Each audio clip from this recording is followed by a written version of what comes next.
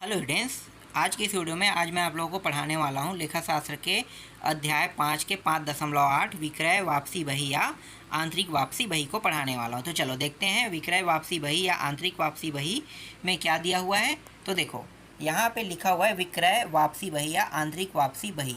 इसका मतलब क्या होता है मैं आपको सिंपल शब्दों में बता देता हूँ। विक्रय का मतलब बेचना, तो बेचे हुए जो माल है ना उसको वापस करना। ठीक है, कौन वापस करेगा भाई?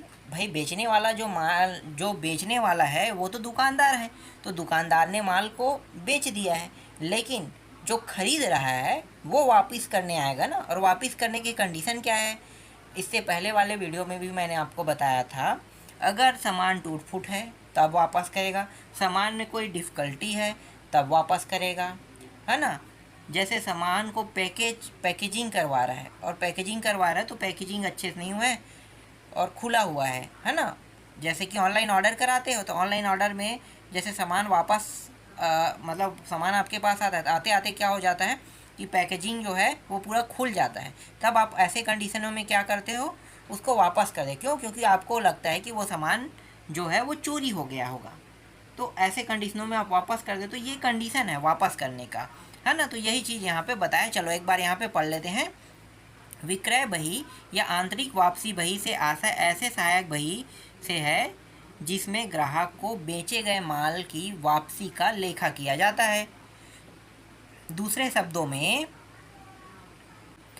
जिस बही में ग्राहक द्वारा वापस किए गए माल का लेखा किया जाता है उस बही को विक्रय वापसी बही कहा जाता है। विक्रय वापसी के प्रश्नों में यदि कटौती लिखा हुआ है तो कटौती की राशि को ही सीधे लिखा जाता है, अर्थात घटाकर नहीं लिखा जाता है। अब जो कंडीशन होता है और जिस कंडीशन में वापस किया जाता है वो यहाँ पे लिखा हुआ है। जैसे मैंने आपको शुरू में बताया था ना, आदेशानुसार माल न भेजने पर कई बार क्या होता है कि जो हमने माल मंगाया है उसके जगह दूसरा सामान आ जाता है, ये कहलाता है आदेशानुसार माल न भेजने पर। ठीक है, दूसरा टॉपिक देखो, माल के गुण तथा किस्म में अंतर पाए जाने पर। हमने ऑर्डर किया है अच्छा किस्म का सामान। ऑनलाइन में अक्सर होता है कि अच्छा सामान देख के हमने ऑर्डर कर दिया, लेकिन आने पे क्या पता चलता है कि वो सामान जो है एकदम ख़राब और थर्ड क्लास है, तब आप वापस करते हो। ठीक है, माल के रास्ते में टूट फूट हो जाने पर, हाँ वही टूट फूट निकल जाता है, तब आप वापस कर देते हो। फिर आदेश से अधिक माल भेजे जाने पर, अगर आपने सामान मंगाया है कहीं से, जैसे कि आप ख़रीदारी करने जाते हो ना और जिस दुकान में जाते हो तो उस दुकान के साथ आपका अच्छा संपर्क है, तो आपने कहा कि 50,000 का सामान भेज दो। वो 50,000 के जगह में ज़्यादा का सामान भेज दिया, 1 लाख का। भाई आपके पास पैसा भी नहीं है, आपने सिर्फ 50,000 का मंगाया था, तो आप क्या करोगे, बाकी सामान को लौटा दोगे। तो इस आधार पे भी लौटाया जाता है। अन्य किसी युक्त कारण से भी लौटाया जाता है। तो देखो जो शुरू में मैं बताया था और अभी बता रहा हूँ, ये दोनों एक जैसा है, मैच करता है ना। तो कुछ कारण है जिस कारण से वापस किया जाता है, तो इन कारणों को यहाँ पे बता दिया गया है। चलो आगे देखो, विक्रय वापसी बही में लेखा करने की विधि। किस प्रकार से लेखा करते हैं विक्रय वापसी बही में? तो देखो विक्रय वापसी बही में, इस बही में लेखा करने की विधि विक्रय बही की तरह, मतलब विक्रय बही की तरह होती है। केवल अंतर इतना है कि विक्रय बही में बीजक क्रमांक लिखा जाता है, जबकि इस बही में इस स्तंभ में क्रेडिट नोट लिखा जाता है। क्रेडिट नोट है ना, जमा की चिट्ठी क्रमांक लिखा जाता है। और ये जो जगह है वो किसके जगह में लिखा जाता है? बीजक क्रमांक के, है ना, बीजक क्रमांक के जगह में लिखा जाता है। आगे देखो,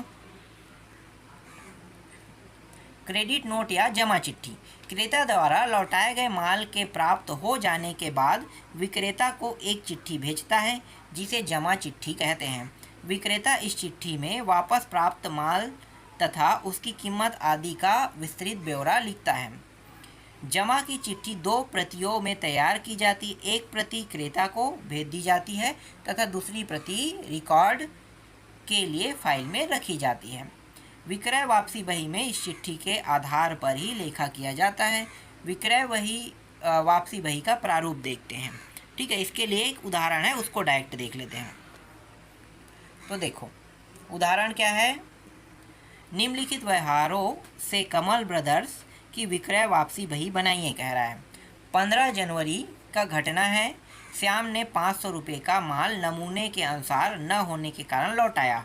किस आधार पे लौटाया? नमूने के अनुसार, है ना। मतलब जैसे सामान मंगाया था वैसा सामान उसे नहीं मिला, इसलिए इन्होंने लौटा दिया। क्या यहाँ पे डिस्काउंट है? मतलब दुकानदार ने यहाँ पे कोई डिस्काउंट नहीं दिया है। क्या यहाँ पे जीएसटी कर लगा है? नहीं लगा है ना, तो डायरेक्ट लिखेंगे इसे। ठीक है, आगे देखो।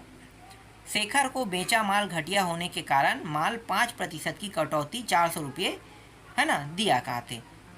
इसके बाद देखो यहाँ भी कुछ भी मतलब कुछ भी नहीं हुआ है ना, सीधा नेट रेट है 400 रुपये, ध्यान देना। 25 जनवरी रानू ने माल खराब होने के कारण 100 रुपये का माल वापस किया। अब देखो इसके लिए विक्रय बही कैसे बनाओगे। तो देखो 15 जनवरी, 20 जनवरी और 25 जनवरी श्याम ने वापस किया, कोई भी जीएसटी नहीं लगा, इसलिए यहाँ पे देखो जीएसटी कॉलम नहीं है। डायरेक्ट आपका क्या रहेगा? एक तो डेट रहेगा, ये पार्टिकुलर का मतलब विवरण होता है, ये क्रेडिट नोट है ना। क्रेडिट नोट आपका कह सकते हैं जमा चिट्ठा क्रमांक, है ना, जमा चिट्ठी क्रमांक है ये खाता पृष्ठ संख्या इसे हिंदी में कहते हैं। ये अमाउंट मतलब राशि, नेट अमाउंट मतलब शुद्ध राशि। तो शुद्ध राशि 500 रुपये, 500 रुपये लौटाएगा। अब देखो जो सामान है शेखर ने जो सामान लौटाया ना, तो सामान की कीमत कितना था? 400 रुपये। तो 400 रुपये में 5% डिस्काउंट, तो 20 रुपये कितना करा? डिस्काउंट दे तो 20 रुपये वो क्या करेगा? लौटाएगा यहाँ पे। इसके बाद रानू ने 100 रुपया, ठीक है, तो ये कुल कितने रुपये वापस करेगा? 620 रुपये। ठीक, इस तरीके से बनाया जाएगा। अब बड़ा ये उदाहरण देख लेते हैं। बड़ा उदाहरण में क्या होता है? ज़्यादा समझ आता है, क्योंकि इसमें जीएसटी उष्टी सब चीज़ रहता है ना। छोटा उदाहरण में समझ में नहीं आता, बड़ा उदाहरण बिल्कुल समझ आता है। तो बड़ा उदाहरण देखो, तो ये जो 11वां उदाहरण है। निम्नलिखित व्यवहारों से रामलाल एंड सन्स रायपुर छत्तीसगढ़ की पुस्तकों में CGST 6% एवं SGST 6% मानते हुए विक्रय वापसी बही तैयार कीजिए। अब यहाँ पे कुछ डेट दिया हुआ है, इसको देखो। 6 अप्रैल Ram Prasad and sons company ने माल वापस किया। एक टेबल फैन खरीदा था जिसकी कीमत 6000 रुपये था, जिसमें व्यापारिक बट्टा 15% है। अब दूसरा देखो यहाँ पे 12 अप्रैल है ना, 12 अप्रैल श्याम प्रसाद एंड सन्स ने 40,000 रुपये मूल्य का खराब माल वापस किया। फिर 18 अप्रैल बीजक में त्रुटि होने के कारण संजय एंड सन्स रायपुर को 2500 रुपये की छूट दी। ठीक है, अब इसको हम क्या करेंगे? खाता बही में लिखेंगे, मतलब खाता बही बनाएंगे। ठीक है, और ये खाता बही किसका रहेगा? विक्रय का रहेगा ना। विक्रय वापसी बही कहेंगे इसको, विक्रय वापसी बही। तो देखो विक्रय वापसी बही जो बना रहे हैं, इसमें दिनांक रहता है, विवरण जिसे अंग्रेजी में पार्टिकुलर्स कहते हैं, ये क्रेडिट नोट नंबर है, ये खाता नंबर है, राशि है, लागत है, आउटपुट है, आउटपुट। ठीक है, यहाँ पे आउटपुट जीएसटी लगा हुआ है ना। आउटपुट जीएसटी कब लगता है? जब सामान को बेचा जाता है, तब उस समय आउटपुट जीएसटी लगता है, याद रखना। इनपुट खरीदने पे लगता है ना, ये मैं अपने हर वीडियो में आपको मैं बताते रहता हूँ। तो इनपुट और आउटपुट वाला एकदम क्लियर हो गया। चलो, अब जो सामान वापस कर रहे हैं ना, मतलब जो बेचे हुए सामान उसको वापस कर रहे हैं, तब इसके लिए जो विक्रय वापसी बही है कैसे बनेगा देखते हैं। तो देखो 6 अप्रैल, देखो विक्रय वापसी बही और क्रय वापसी बही में कोई भी अंतर नहीं है। अगर आपको लगता है थोड़ा बहुत अंतर है तो मैं कहूँगा नाम बस में अंतर है। यहाँ पे सिर्फ विक्रय लिखा है, उसमें क्रय लिखा रहता है। और एक जगह बस अंतर रहेगा, ये आउटपुट के जगह में क्रय होने पर इनपुट रहेगा ना, इनपुट, और बेचने पर जैसे मैं विक्रय कर रहा हूँ तो ये आउटपुट रहेगा। बाकी सेम टू सेम रहेगा, याद रखना, सेम टू सेम। देखो 6 अप्रैल messrs Ram Prasad and sons ने माल को वापस किया है ना, तो कितने हज़ार का माल वापस करे? 6000 का। देखो राशि कितना है? 6000। अब इस 6000 में यहाँ पे डिस्काउंट भी दिया हुआ है। कितने का डिस्काउंट है? 15%। तो 6000 का अगर आप 15% निकालते हो तो कैसे लिखोगे? 15/100, 2 शून्य यहाँ से कट गया, 2 शून्य यहाँ से कट गया, और ये हो गया 15 छक्के 90, मतलब 900 रुपये। ठीक है, 900 रुपये। तो यहाँ पे 900 रुपये क्या करना है आपको? घटा देना है किसमें? 6000 में। तो कुल कितना आएगा घटाने पर ये आ जाएगा 5100 रुपया आ जाएगा। तो 5100 रुपया जो है ये क्या है? लागत राशि है ना, अब इसमें जीएसटी भी लगेगा, तो जीएसटी CGST देखो, सी का मतलब क्या होता है सेंट्रल, यहाँ पे 60 लिख दिया, 60 मत समझना ना, 6 है ये गलती से 60 इन्होंने टाइप कर दिया है। तो 6% क्या है जीएसटी लगा है, CGST। CGST का मतलब है कि केंद्र सरकार को ये जीएसटी प्राप्त होगा। ठीक है, केंद्र में कौन बैठता है भाई, प्रधानमंत्री। ठीक है, केंद्र में कौन रहता है, प्रधानमंत्री। और SGST मतलब राज्य सरकार, राज्य में कौन रहता है, राज्य का मुखिया है मुख्यमंत्री। ठीक है, तो अभी जिस राज्य में हो, छत्तीसगढ़ में, तो छत्तीसगढ़ के मुखिया को हम मुख्यमंत्री कहेंगे। ठीक है, और केंद्र के मुखिया को हम प्रधानमंत्री कहते हैं। तो CGST जो है 306 रुपया ये केंद्र को जाएगा, और SGST जो 6 वो राज्य को जाएगा। तो 306, ये कॉलम जो है ना, यहाँ पे जो 306 है वो गलत जगह आ गया, 306 जो है यहाँ पे होना चाहिए, है ना, गलती से स्किप होके खाता पृष्ठ संख्या के लाइन में चला गया है। और SGST भी 6% रहेगा। और क्रेडिट नोट नंबर तो दिया नहीं था, तो आपको लिखना नहीं है। ठीक है, जो दिया है उसी बस को लिखना है। तो 306 इन सभी को आप जोड़ दो, 5100 को जोड़ो, फिर 306, फिर इस 306 को जोड़ो, तो कितना होगा, 5712 रुपया होगा। तो लागत कास्ट कितना हुआ, लागत कास्ट डिस्काउंट काटने के बाद जो प्राइस होगा वो होगा 5100 रुपया। इसमें CGST लगा है 306 रुपया, SGST लगा है, कुल कीमत कितना है, 5712 रुपया। तो जो सामान दुकानदार ने बेचा था और जिन्होंने ख़रीदा था उन्होंने इस सामान को वापस किया, तो उसको कितना पैसा मिलेगा, 5712 रुपया।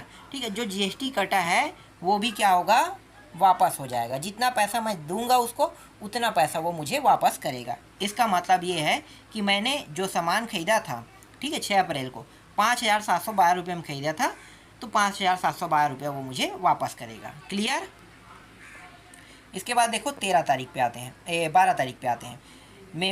Messrs Shyam Prasad and sons ने 40,000 का सामान खरीदा था। ठीक है, कितने का, 40,000 का, लेकिन इसमें कोई डिस्काउंट नहीं है ना, कोई डिस्काउंट नहीं दिया था, 40,000 के सामान में कोई डिस्काउंट नहीं दिया था, लेकिन इन्होंने GST जरूर काटा था। तो GST जो लगा था 6%, 40,000 का 6% होता है 2400, और SGST भी 2400 होगा। तो दोनों GST को जोड़ने के बाद इस 40,000 को भी इसके साथ जोड़ दो, तो कुल कीमत कितना होगा, 44,800 रुपया, 44,800 रुपया होगा। अब यहाँ पे कोई डिस्काउंट नहीं दिया है, तो ये क्या होगा, ये इसका लागत कीमत होगा। तो लागत राशि 40,000 रुपया लेना है, और जो GST है 24 से 2400 CGST SGST में ले लेना है, और कुल कितना रुपये का हुआ, 44,800 रुपया। जब ये सामान वापस करेगा तो दुकानदार इसको कितना देगा, 44,800 रुपया वापस करेगा। फिर 18 अप्रैल Messrs Sanjay and sons Raipur, इन्होंने 2500 रुपये का सामान वापस किए। यहाँ भी कोई डिस्काउंट नहीं है ना, जो 6% GST लगा है 150, सभी को जोड़ेंगे तो 2800 रुपया। इसमें जो लागत राशि है 2500 रुपया है, GST है 150 और SGST भी 150, तो कुल कितना होगा, 2800 रुपया। तो 2800 रुपया वापस करेगा। अब कुल वापस करने वाले राशि को देखो, तो जब हम इस लाइन को पूरा जोड़ेंगे तो 53,312 रुपया टोटल दुकानदार क्या करेगा, वापस करेगा, है ना। GST में देखो कितना GST काटा था, 2856 रुपया, है ना। CGST में भी 2856 रुपया काटा था, और टोटल सामान की कीमत कितना था, 47,600 रुपया।